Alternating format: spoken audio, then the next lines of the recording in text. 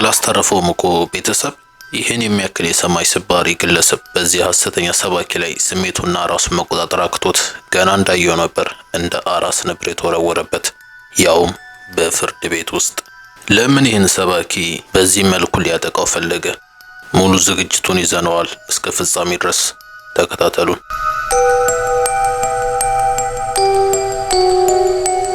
የዛሬ ታሪካችን በዚህ ግለሰብ ላይ ያጠነጥናል። ስሙ ላሞር ይባላል። እኛ ደግሞ አጭቤው ሰባኪ እንለዋለን። ነዋሪነቱ በሀገር አሜሪካ ኒውዮርክ ግዛት ውስጥ ሲሆን ስራው ደግሞ ሰባኪ ነው። ግን ሐሰተኛ ሰባኪ በሚል ይያዝልኝ። ላሞር ይህን ስራ ከመጀመሩ በፊት ደላላ የነበረ ሲሆን በስራው ግን ስኬታማ አልነበረም። ምክንያቱም ላሞር እጅግ ሲበዛ ገንዘብ ወዳድ የሆነ ሰው በመሆኑ ከብዙ ደንበኞቹ ጋር አይስማማም። መጀመሪያ የተዋዋለበትን ሳንቲም ትንሽ ቆየት ካለ በኋላ አይ እንደሱም አይደለም ብሎ ሁሉ የሚክድ ሰው ነው። ብዙዎችንም በዚህ መልኩ ተጨማሪ ገንዘብ እንዲከፍሉ ያደርጋቸዋል። ይህ አጭበርባሪነቱ እየታወቀ ሲመጣ ሰዎች እሱን እየራቁት ወደ ሌሎች ደላሎች ጋር መሄድ ይጀምራሉ። ላሞርም የደንበኞቹን መሸሽ እጅግ እያበሳጨው ይመጣል። ያው በራሱ ጥፋት ቢሆንም እሱ ግን ይህን ሊቀበል ፍቃደኛ አልነበረም። በዚህ ሁኔታ ውስጥ ያለ እቺን የምትመለከቷትን ቆንጆ ይተዋወቃታል። ስሟ ሲሲ ይባላል። ስራዋ ደግሞ በመኪና መሸጫ ውስጥ ካሸሪ ስትሆን ከዛሬ ባለ ታሪካችን ጋር የፍቅር ግንኙነት ትጀምራለች። ላሞር ግን ለሷ የሚሆን ሰው አልነበረም። ምክንያቱም ላሞር ገንዘብ ወዳድ ከመሆኑ የተነሳ ገንዘብን ለማግኘት ብሎ የማያደርገው ጥረት የለም፣ ስርቆትን ጨምሮ። የሆነ ቀንም በድብቅ የፍቅረኛውን ኮምፒውተር በመጠቀም በውስጡ ያገኛቸውን የሥራ ቦታን ደንበኞች በሙሉ መረጃቸውን ወስዶ በስማቸው መበደር ይጀምራል። ፍቅረኛው ሲሲ ግን አንዳች አልተጠራጠረችውም። በዚህ መሃል ላሞር ቅንጡ የሆኑ መኪኖችን፣ ሰዓቶችን፣ ልብሶችን ለእሱና ለፍቅረኛው ለጉድ ይገዛል። ከየት እንደመጣ ደጋግማ ብትጠይቀውም ከስራው በርከት ያለ ኮሚሽን እንዳገኘ ነግሯት ያሳምናታል።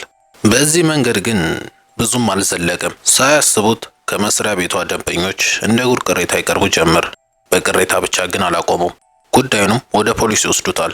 ፖሊስም ጊዜ አልፈጀበትም ላሞርን ሲይዝ። በዚህ ስራ ወደ $2 ሚሊዮን እስከተያዘበት ሰዓት ድረስ ከተለያዩ ሰዎች በስማቸው ተበድሮ ነበር። ፖሊስም ከግለሰቦቹ ማስረጃ በማሰባሰብ ለፍርድ ቤት በማቅረብ የ5 ዓመት እስራት ያስፈረድበታል። ቆንጆዋም ሲሲ በሱ ገንዘብ ወዳድነትና ስርቆት ምክንያት ከምትወደው መስሪያ ቤቷ ትባረራለች። ላሞር በማረሚያ ቤቱ ሰላማዊና ከሰው ጋር ተግባቢ የሆነ ሰው ነው። በዚህ የተነሳ የማረሚያ ቤቱ ኃላፊዎች እስራቱ እንዲቀንሱለት ሲጥሩለት ነበር፣ ያው ሰው መስሏቸው። ላሞር በአካል ቢታሰርም መንፈሱ ግን የእስራት ጊዜውን ጨርሶ ሲወጣ በአጭር ጊዜ ትርፋማ ሊያደርገው የሚችልን ስራ በማሰብ ነው ውሎን የሚገፋው። በዚህም ሁኔታ ሳለ ነው ለምን ሰባኪ ያልሆንም ብሎ ሐሳብ የመጣለት። በሐሳብ ብቻ ግን አላስቀረውም።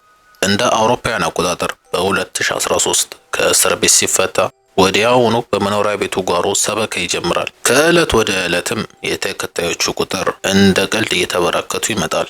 ከነሱም ያው በፈጣሪ ስም በመነገድ ገንዘብ ሰብስቦ ከመኖሪያ ቤቱ ጓሮ ወደ ትልቅ አዳራሽ ቦታውን ያሳድጋል። ይህን ጊዜ ግን ከሚታሰበው በላይ በርከት ያሉ ሰዎች ታዋቂ ሰዎችን ጨምሮ ወደሱ ማቅናት የቅዳሜና እሁድ ስራቸው ሆነ። ከታዋቂ ሰዎችን መካከል እንደ 50 ሴንት፣ ፋት ጆ፣ ትሬሲ ሞርጋን እና በወቅቱ የኒውዮርክ ከንቲባ የነበሩት ኤሪክ አደምስ ተጠቃሾቹ ናቸው። ይህን ሁሉ ሰው ግን ጸጥ ብሎ በመስበክ ብቻ አልነበረም ወደሱ እንዲመጡ የሚያደርጋቸው። የተለያዩ ማህበራዊ ሚዲያዎችን በመጠቀም መብረር እችላለሁ ምናምን እያለ ነበር ወደሱ የሚያመጣቸው።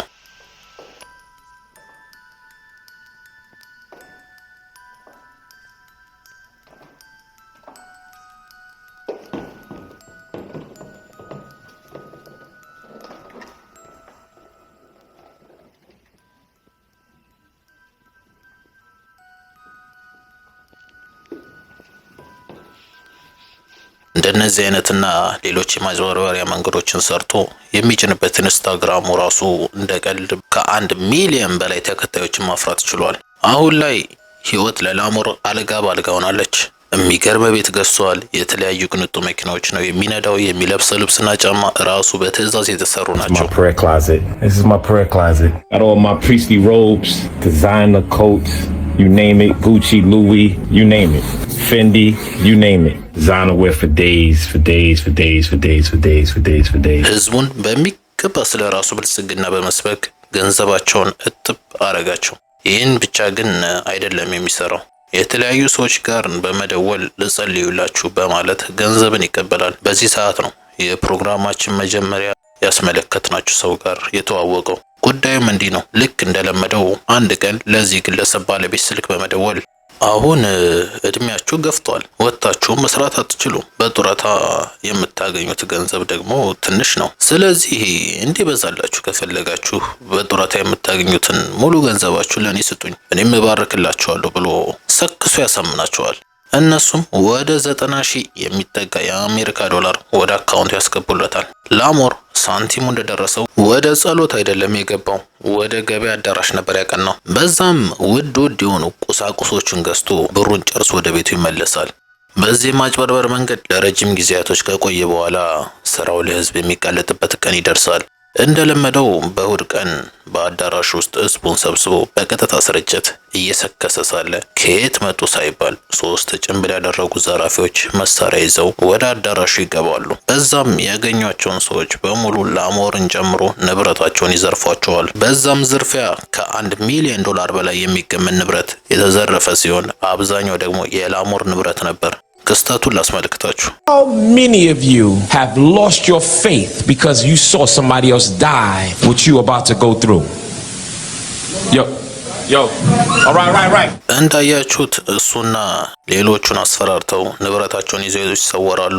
ላሞር በሰዓቱ 75,000 ዶላር የሚያወጣ ሮሌክስ ሰዓት እንዲሁም 400,000 ዶላር የሚገመት የአንገት ሐብል ነበር የተሰረቀው።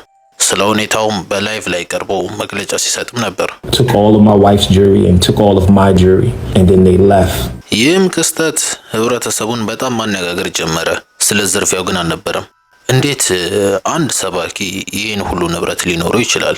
ቢኖረውስ በአገልግሎት መስጫ ቦታ ውስጥ እንዴት ለብሶ ይገኛል? የሚል ነበር። ይህም ጉዳይ የሳባቸው ጋዜጠኞች ስለ ጉዳዩ የበለጠ ማብራሪያ ፈልገው ወደ ላሞር መኖሪያ ያቀናሉ። በዛ እንደደረሱ ግን የመኖሪያ ቤቱ በር ላይ ያልጠበቁት ደብዳቤ ያገኛሉ።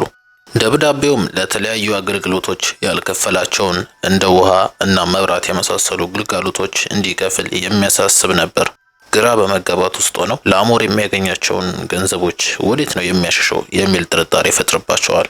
ጉዳዩንም በድብቅ ለኤፍቢአይ አሳልፈው ይሰጡታል። ኤፍቢአይ ጉዳዩን መመርመርና ማጣራት ሲጀምር ላሞር ደሃ እንደሆነ ይደርስበታል። ማለትም የሚያገኘውን ገንዘብ ሁሉ በመኪናና የተለያዩ ቁሳቁሶች ነው የሚያጠፋቸው።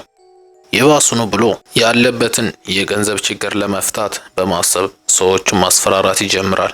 ከነዛም ውስጥ አንዱ የምታዩት ብራንደን ይገኝበታል። ይህ ግለሰብም የራሱ የሆነ ጋራዥ ቤት ሲኖረው ላሞር በተለያዩ ጊዜያቶች ወደሱ በመደወል ገንዘብ እንዲያመጣ ያስፈራረዋል። ብራንደን ግን እንደሌላ ሰው በቀላሉ የሚበገር አልነበረም። አንድ ቀን በስራ ቦታ ሳለ ላሞር ይመጣና 500,000 ዶላር እንድታበድረኝ እፈልጋለሁ፣ እሱም በምትኩ ከኒውዮርክ ከንቲባ ኤሪክ አደምስ ጋር እንደሚያገናኘውና ስራውን እንደሚያስፋፋለት ይነግረዋል። ብራንደን ግን በጭራሽ ሊስማማ ፈቃደኛ አልነበረም። ጉዳዩንም በድብቅ ሲከታተል ለነበረው ኤፍቢአይ ይበልጡኑ አመች ሆኖለት ከብራንደን ጋር በመነጋገር ላሞርን ለማጥመድ በድብቅ ብራንደን ደረት ላይ የድምጽ መግጫ በማስቀመጥ ላሞርን ሲለፈልፍ ድምጹን ቀርተው ይዙታል። የድምጹን ማስረጃና ምስክሮች ተጠቅመው ለፍርድ ያቀርቡታል። ከምስክሮቹም መካከል አንዱ የነበረው የጡረታ ገንዘቧ የተበላባት ባለቤት ይገኝ ነበር። እሱም ወዲያው እንዳየው ራሱን መቆጣጠር አቅቶት ፍርድ ቤት ውስጥ እንደ አራስ ነብር ሊያጠቃው ነበር የተወረወረው። ፍርድ ቤትም የሰነድና የሰዎችን ማስረጃ ተጠቅሞ በላሞር ላይ የ9 ዓመት እስራት ያስተላልፍበታል። የሐሰተኛው ሰባኪ መጨረሻ ይህን ይመስል ነበር።